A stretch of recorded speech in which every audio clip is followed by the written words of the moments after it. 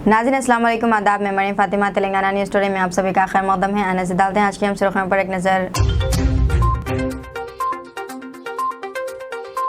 हिंदुस्तान की जानिब से अद्वियात और ज़रूरी अशिया फ़लस्तीन भेजी गई।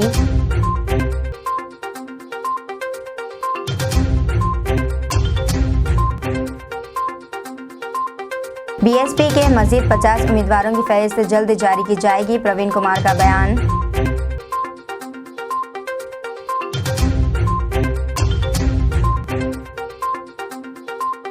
बिहार के कई अजला में ज़लज़ले के झटकों से ज़मीन लरज़ उठी।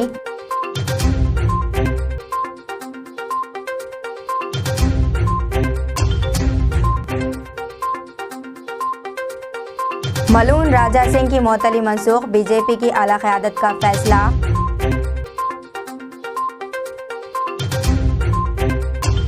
आज हम खबरें तफसील से। बिहार के कई अजला में ज़लज़ले के झटकों से ज़मीन लरज़ उठी। बिहार की राजधानी पटना समेत कई अजला में इतवार की सुबह ज़लज़ले के झटके महसूस किए गए। महकमा मौसमियात के मुताबिक सुबह 7:25 पर पटना, भगिया, सेवान, गोपालगंज और छपरा में ज़लज़ले के झटके महसूस किए गए। ज़लज़ले के झटके तकरीबन 3 से 4 सेकंड तक महसूस किए गए। ज़लज़ले के झटके महसूस होने के बाद लोग घरों से बाहर निकल आए। ज़लज़ले का मरकज़ नेपाल के शहर काठमांडू में बताया जाता है। रिएक्टर स्केल पर ज़लज़ले की शिद्दत 5.3 रिकॉर्ड की गई है।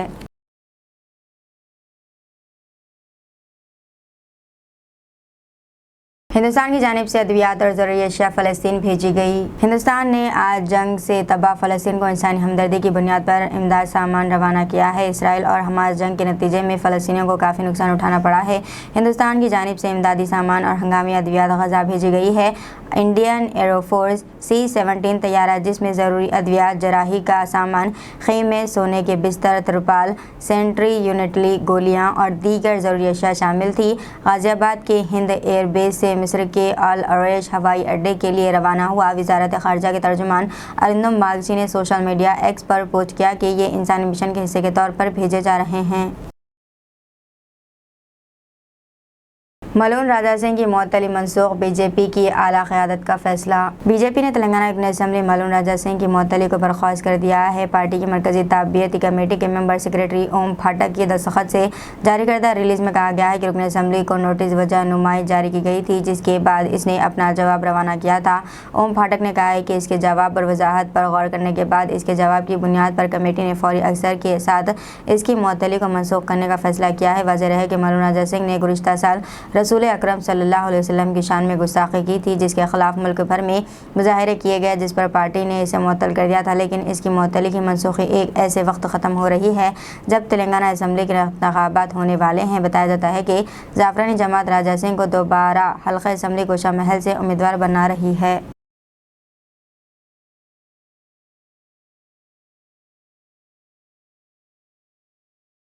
बीएसपी के मज़ीद 50 उम्मीदवारों की फ़हरिस्त जल्द ही जारी की जाएगी, प्रवीण कुमार का बयान। तेलंगाना बीएसपी के कोऑर्डिनेटर RS प्रवीण कुमार ने कहा है कि इनकी पार्टी 119 हल्कों से मुकाबला कर रही है। पहले ही 20 उम्मीदवारों की फ़हरिस्त जारी कर दी गई है।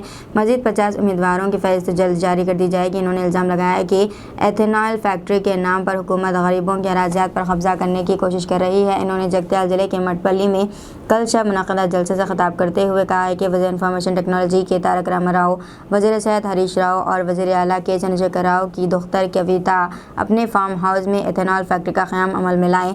इन्होंने कहा है कि वह गरीबों के अराज़ियात के तहफ़्फ़ुज़ को यकीनी बनाएंगे। इन्होंने वादा किया है कि बंद शुगर फैक्ट्री को दोबारा खोला जाएगा। इन्होंने इस मौके पर मीडिया से बात करते हुए कहा है कि BC नौजवानों को तालीम के मौके नहीं दिए जा रहे हैं, इनकी अराज़ियात छीनी जा रही है, इनकी तरक्की के लिए बजट भी जारी नहीं किया जा रहा है। हुकूमत ने किसानों को नुकसान पहुँचाया। इन्होंने रियासत में बहुजन हुक्मरानी की ज़रूरत को उजागर किया। तेलंगाना भर में डेंगू के मरीजों की तादाद में इजाफा होता जा रहा है। तेलंगाना भर में डेंगू के मरीजों की तादाद में इजाफा हो रहा है। सरकारी आदाद व शुमार बताते हैं कि रवां साल अब तक तकरीबन 6000 अफराद डेंगू से मुतासर हो चुके हैं। गांधी अस्पताल के सुपरिटेंडेंट डॉक्टर राजा राव ने बताया कि दरअसल मच्छर के काटने से डेंगू होता है। इन्होंने कहा है कि शहर हैदराबाद में वायरल बुखार के मामला दर्ज किए जा रहे हैं। इस पर मुकामी सेहत के मराकज़ से मरीज रुजू होकर मुतासिर अपना इलाज करवाएं। डेंगू चिकनगुनिया, मलेरिया और दीगर अक़साम के वायरस का पता मुआयना पर ही चलता है। इन्होंने निशानदेही करते हुए कहा है कि डेंगू में 104 शदीद बुखार होता है, साथ ही जिस्म में दर्द, सर दर्द भी होता है। बाज़ अफराद इसहाल से भी मुतासर होते हैं। ऐसी अलामत वाले मरीज़ 3 दिन में बुखार के कम ना होने पर फौरी तौर पर अस्पताल से रुजू हों। मरीज़ की क़ुव्वत मुदाफ़ियत में इजाफ़े के लिए मुतवाज़न ग़िज़ा इस्तेमाल की जाए। ताग़ज़िया बख्श ग़िज़ा के साथ ताज़ा फल और सब्ज़ियों का भी इस्तेमाल किया जाए। मुस्लिम ममालिक छोड़ दें या सफ़र ना करें, इसराइली शहरियों के लिए एडवाइजरी जारी। इसराइल और हमास के दरमियान जारी जंग से मशरिक़ वस्ती में हालात कशीदा हो गए हैं। कई ममालिक में इसराइल के ख़िलाफ़ आवाज़ें उठने लगी हैं, जिसे देखते हुए इसराइल ने अपने शहरियों के लिए एडवाइजरी जारी कर दी है। इसराइल ने अपने शहरियों को उर्दन और मिस्र छोड़ने का हुक्म दिया है। इसराइल के वज़ीर-ए-आज़म दफ्तर ने अपने शहरियों के लिए जो एडवाइजरी जारी किया है, इसमें कहा गया है कि तुर्की, मिस्र, उर्दन, मुत्तहिदा अरब अमारात, UAE, बहरीन और मराकज़ समेत किसी भी मशरिक़ वस्ती ममालिक या अरब ममालिक का सफ़र करने से बचें।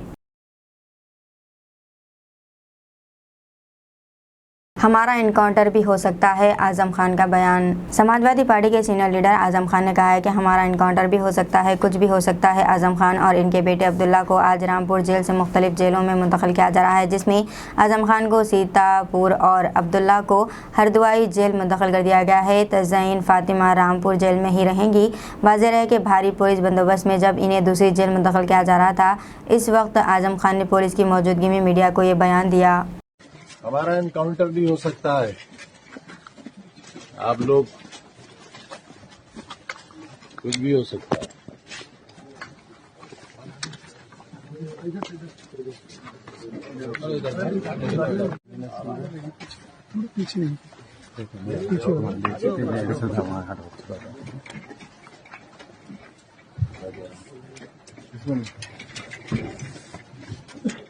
बहुत मजबूत चीज है बब्बा, ऐसा सोच याद रहे।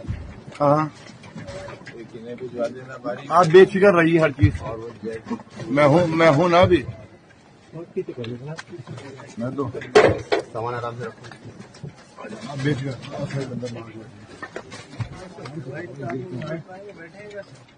एक और आ जाओ बस, एक और आ जाओ। और कौन? आगे बैठो, आगे बैठो। सामान आराम से।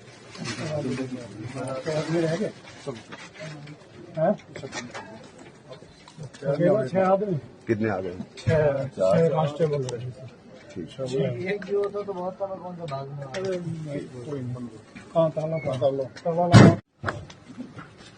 थोड़ा आगे कर लेंगे। बैठ पाएंगे नहीं हम बीच में नहीं बैठ पाएंगे। बीच में नहीं, बिल्कुल नहीं बैठ पाएंगे। हमारा आदमी नहीं, हमारी कमर ही नहीं है इस काबिल, हम बीच में नहीं बैठ पाएंगे। नहीं, हम नहीं बैठ सकते। हमारी ऐसा तो भरने के लिए बहुत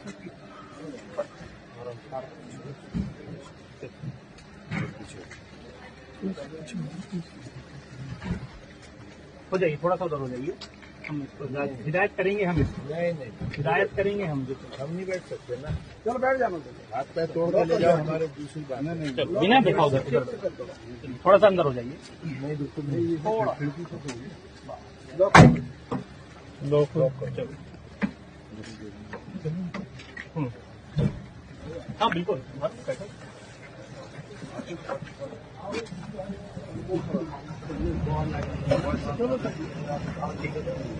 चलो चालक बैठो। तेलंगाना बीजेपी के उम्मीदवारों की पहली फहरिस्त जारी। तेलंगाना बीजेपी की उम्मीदवारों की पहली फहरिस्त जारी कर दी गई है। 52 उम्मीदवारों के साथ जारी करदा इस फहरिस्त में हल्का असम्बली करीमनगर से पार्टी के कौमी जनरल सेक्रेटरी बंडी संजय कोटला से धर्मापुरी अरविंद को उम्मीदवार बनाया गया है। पार्टी ने हल्का सरपुर से डॉक्टर P हरीश बाबू, हल्का बेलमपल्ली से A श्रीदेवी, हल्का खानापुर से रमेश राठौड़, हल्का आदिलाबाद से P शंकर, हल्का बुद्ध से S बाबूराव, हल्का निर्मल से A महेश रेड्डी, हल्का मधोल से रामाराव पटेल, हल्का आरमूर से B राकेश रेड्डी, हल्का जुकोल से अरुण तारा, हल्का कामारेड्डी से K वेंकटेश रमना रेड्डी, हल्का निजामाबाद अर्बन से धनपाल सूर्य नारायण गुप्ता, हल्का बालकुंडा से अन्नापूर्णा ओलेटी, हल्का कोटला से धर्मापुरी अरविंद, हल्का जगत्याल से B श्रीवानी, हल्का धर्मापुरी से S कुमार, हल्का रामागुंडम से K संध्या रानी, हल्का करीमनगर से बंडी संजय हैं। Doctor Akbar super speciality eye अस्पताल की नई इमारत का robotic laser cataract surgery division के साथ इफ्तिताह। ऐनक से छुटकारे से नौजवानों के एहसास कमतरी का खात्मा, खुद एतमादी की बहाली। डॉक्टर अल्ताफ अकबर और डॉक्टर नाजिया अफराज की press conference. Doctor Akbar super speciality eye अस्पताल की नई इमारत का आसिफ नगर मेहदीपट्टनम में robotic laser cataract surgery Callisto eye and vision system के साथ 22 अक्टूबर को डॉक्टर मोहम्मद अकबर मुमताज़ महर अमराज चश्म के हाथों इफ्तिताह अमल में आया। 2006 में डॉक्टर अकबर आई अस्पताल का मिस्टर के रोशिया ने ज़ेर सेहत आंध्र प्रदेश की हैसियत से इफ्तिताह किया था। अब ये मल्टी स्पेशलिटी अस्पताल का मॉडर्न इक्विपमेंट के साथ इफ्तिताह अमल में आया है। डॉक्टर अल्ताफ अकबर, जिन्होंने 1 लाख से ज़ायद कैटरैक्ट सर्जरीज़ की है, और इनकी अहलिया डॉक्टर नाजिया अफरोज़ ने इस मौके पर मीडिया से बातचीत करते हुए बताया कि रोबोटिक लेज़र कैटरैक्ट सर्जरी से बीनाई से मुतासरा अफराद और ऐनक के आदि अफराद को गैरमामूली आराम और सहूलत के साथ सर्जरी के बाद अंदरून निसफ घंटे डिस्चार्ज किया जा सकता है। डॉक्टर अल्ताफ अकबर ने बताया कि गुज़िश्ता 17 बरस से मेहदीपट्टनम में वाक़ अकबर आई अस्पताल में अल्ट्रा मॉडर्न इक्विपमेंट के साथ इलाज और सर्जरीज़ के चार्जेस आम आदमी के लिए काबिल कबूल रखे गए हैं। एक सवाल के जवाब में इन्होंने बताया कि मुस्तहक़ मरीज़ों का रियायती इलाज भी किया जाता है। इन्होंने कहा है कि ऐनक से छुटकारा लड़के और लड़कियों के एहसास कमतरी से निजात दिलाता है और इनके हुस्न व जमाल में निखार पैदा करता है। अक्सर नौजवान लड़कियों के लिए ऐनक इनके लिए मसाइल पैदा करती है। लेसिक सर्जरी ने लाखों नौजवानों के एहसास कमतरी के खौल से बाहर निकाल कर इनकी खुद एतमादी को बहाल किया है। डॉक्टर अल्ताफ अकबर ने इस मौके पर 15 नवंबर तक के लिए एक आँख के लेसिक सर्जरी सिर्फ 9,999 रुपये में अंजाम देने की पेशकश की। यहाँ ये बात काबिल ज़िक्र है कि इस किस्म के सर्जरीज़ में ना तो ब्लेड इस्तेमाल होती है, ना ही इंजेक्शन इस्तेमाल किया जाता है।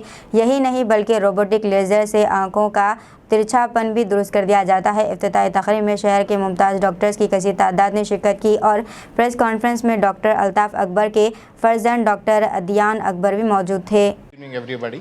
I am Dr. Akbar Altaf. I am the Managing Director and the Chief Consultant Ophthalmologist Dr. Akbar Eye Hospital. Started Akbar Eye Hospitals in 1996 at Anantapur, and our second branch we started at Mehdipatnam in 2006. Since its inception in 2006, our main aim is to provide quality treatment to all our patients. We have always upgraded our equipment. May it be cost anything very high also, we have always upgraded our equipment. Now what is new about this hospital is, we have introduced robotic cataract surgery. What does that mean? That means robotic cataract surgery does not require any blade. The laser itself helps to cut your cataract and make precise incisions so that the visual outcomes are excellent. So this is about robotic cataract surgery. This is a very few robotic cataract units in Telangana. Other than cataract surgery, we also have LASIK, which is a bladeless LASIK, as well as regular LASIK, and we have a machine which is 500 Hz Amaris LASIK machine, which is one of the best in the world. Regarding, we have retinal surgeries, full-fledged retina unit we have cornea clinics, and we also have pediatric ophthalmology and squint clinics. And our aim is to upgrade to the best of the technologies in the world, and hopefully we will come back with more better technologies in the near future. Thank you. जो भी अगर गरीब आएंगे यहाँ hospital में, जो भी गरीब है, जिसके जो भी अफोर्ड नहीं कर सकते या कम पैसे दे सकते, तो हम तो किसी को खाली नहीं भिजाते। कुछ भी हो, ऐसा नहीं मैं नहीं भर सकता हूँ, ठीक है, हम कर देंगे उसमें भी। अगर कोई अफोर्ड भी नहीं कर सकते तो एक आध दिन हम लोग एवरी सैटरडे अलॉट करते, will do free surgeries, no problem. अभी भी है, आज मैं खुद स्ट्रेस करके उनके पीछे पड़ के मैं आज कार्ड्स भी मंगा लिया, मेरे हाथ पे कार्ड है वो, अब उसको लैमिनेट करके वो लोग प्रोवाइड कर रहे हैं आप लोगों को। हम तो एक 10 बार उनको याद दिलाया, आज तो ला लिया उन्होंने कंफर्म करके। Welcome everyone. I am Dr. Nazia Afroz, working as a consultant in Akbar Eye Hospital. As Dr. Altaf said, Akbar Eye Hospital जो है वो हैदराबाद में 2006 में शुरू हुआ था। अब तक ये सेम एड्रेस पे ही था। अब यहाँ पे हम लोग न्यू बिल्डिंग में शिफ्ट हुए हैं। यहाँ पे आप जैसे देखें हर चीज़ की फैसिलिटी यहाँ पे है, जैसे cataract, glaucoma, retina services and specially LASIK जो लेटेस्ट सर्जरीज है ग्लासेस हटाने के लिए permanently, specially in the younger generations, वो हम यहाँ पे सब फैसिलिटीज़ अवेलेबल है। लैसिक मैं ख़ास तौर पे इसलिए स्ट्रेस कर रही हूँ क्योंकि ये जो है यंगर जनरेशन जो ग्लासेस आजकल हर अल्टरनेट बच्चों को है, वो ग्लासेस परमानेंटली हटा सकते हैं थ्रू लैसिक, और इससे बहुत सारा कॉन्फिडेंस स्पेशली गर्ल्स में आगे चल के भी उनको एनेक रिलेटेड कोई प्रॉब्लम्स नहीं होंगी, तो उसकी लेटेस्ट सर्जरीज अवेलेबल है। ब्लेडलेस लैसिक जो कि सबसे लेटेस्ट है, उसमें रिकवरी बिल्कुल अर्ली है। आप 2 दिन में अपने रूटीन में आ जा सकते हैं, जैसे पढ़ाई है, एग्ज़ाम्स है, शादी है, हर चीज़ के लिए रिकवरी बहुत स्पीड रिकवरी है। सब फैसिलिटीज़ यहाँ under one roof doctor Akbar eye hospital पे अवेलेबल की गई है। मुस्लिम मुल्कों को चाहिए कि वो सबसे पहले इसराइल से तमाम सिफारती ताल्लुकात को तोड़ ले और अवाम को चाहिए कि इसराइली सामान को ना ख़रीदे। मौलाना सूफ़ी अरशद चिश्ती अबुल उलाई का खिताब। इसराइल फ़लस्तीन में कत्ल गारतगिरी का नंगा नाच कर रहा है, फिर भी अमेरिका और दीगर ममालिक के लोग इसराइल को सही कह रहे हैं। खुदा के सामने हर किसी को जवाब देना है। कई बच्चे यतीम हो रहे हैं, औरतें बेवा हो चुकी हैं, दवाखानों पर बमबारी हो रही है। फौरी जंग बंदी करना चाहिए। इन ख्यालात का इजहार मौलाना सूफ़ी अरशद चिश्ती अबुल उलाई सज्जादा नशीन खानक़ाह सूफिया अबुल उलैया ने मुरीदीन और मुतक़दीन अक़ीदतमंदों को मुखातिब करते हुए खानक़ाह आलिया कमान इल्चीबेग मंडी मिरालम में किया। मौलाना ने सिलसिले खिताब जारी रखते हुए कहा कि मुस्लिम मुल्कों को चाहिए कि वो सबसे पहले इसराइल से तमाम सिफारती ताल्लुकात को तोड़ दे और आवाम को चाहिए कि वो इसकी बनाई हुई अशिया ना ख़रीदे। तो आज दीन को शहीद कर दिया गया। मौला रब्बे कदीर उन बापों के ऊपर रहम फरमा जिसके खाते पे जवान बेटे के लाशे को चढ़ा दिया गया। कितनी तकलीफ का आलम, कौन सी बर्बरियत वहां पे हो रही है। खून और कत्ल गुरी का जो एक नंगा नाच नाचा जा रहा है, उसके बावजूद दुनिया ये कहती है कि इसराइल सही है। 6 माह के बच्चे के कत्ल को जिस तरीके से बनु उमैया ने जायज कर दिया था, उसी के ऊपर अमल करते हुए आज जो है 6 माह के बच्चे को यहूदी और अमेरिका जो है जायज करार देता है। अजीजों, याद रखो कल अल्लाह का हशर कायम होने वाला है। जजमेंट डे बिल्कुल करीब है। किसी को भी नहीं बख्शा जाएगा। हर किसी को अपने अमाल का जवाब देना है। भले ही तुम दुनिया में किसी पोजीशन पे रहो, कल जवाब देना है। अज़ीज़ान गिरामी, अब तो तबाही करीब है। कुरान हदीस की बात रोशनी में एक बात रखते हुए रुखसत हो जाऊं अज़ीज़ान गिरामी कि जो है अब तो तबाही बिल्कुल करीब है। मुसलमानों को तो अब काटा जाएगा, मुसलमानों को तो तबाह ताराज किया जाएगा, मुसलमानों का तो कत्ल खून गारतगिरी होगी। अब मेरे आका सरकार दो आलम सल्लल्लाहु अलैहि वसल्लम ने जो फरमाया कि हैकल सुलेमानी तामीर होगी, तो इसका मतलब ये है कि हैकल सुलेमानी तामीर होगी। दीजिए नाज़रीन, मेरे फातिमा को इजाज़त। मिलते हैं अगली न्यूज़ बुलेटिन में। तब तक के लिए हमारे चैनल को लाइक, शेयर और सब्सक्राइब करना ना भूलें। अल्लाह हाफिज़।